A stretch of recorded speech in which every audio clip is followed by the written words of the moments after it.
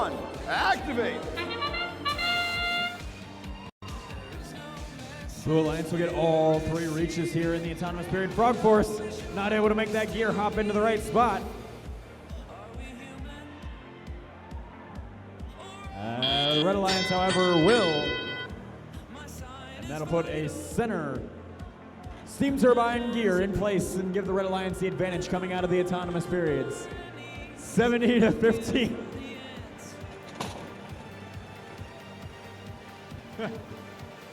Frog Force machine appears to have broken down right in front of me, so we're going to move away and go look at something else for a moment. Let the FTAs take a look at that robot.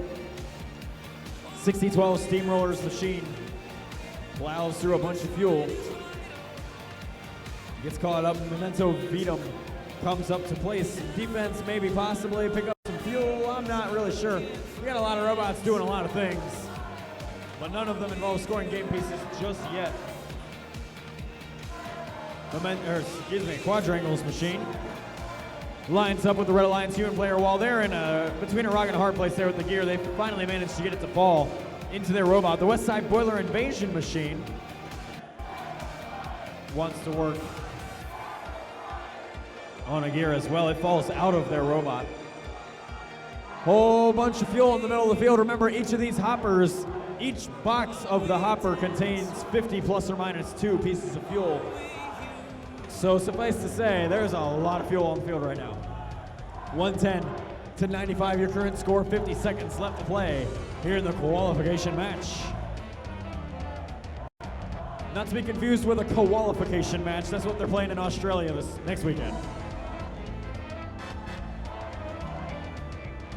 West Side Boiler Invasion for the Red Alliance has a gear. They want to put it on the spring, put it on the carriage, send it up to a human player pilot. They managed to do so. It holds on by a thread. Let's see if Quadrangles can do so as well. As far as the gear race is concerned, in the rotor race, we've got 2 rotors on each Alliance airship.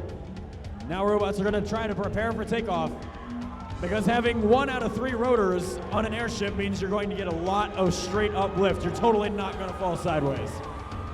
1 working on 2 robots ready for takeoff on the Red Alliance side of the field, and 1 more gear coming up, but the human player won't have enough time to do anything with it.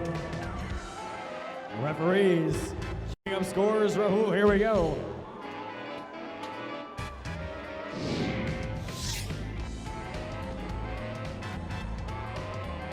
Red Alliance victory, 250-95. With that, West Side Boiler Invasion moves up to the 9th position. Reminder again, our Alliance selection process will be sometime tomorrow, and the top 8 seeded teams at that point in time will be our initial Alliance captains.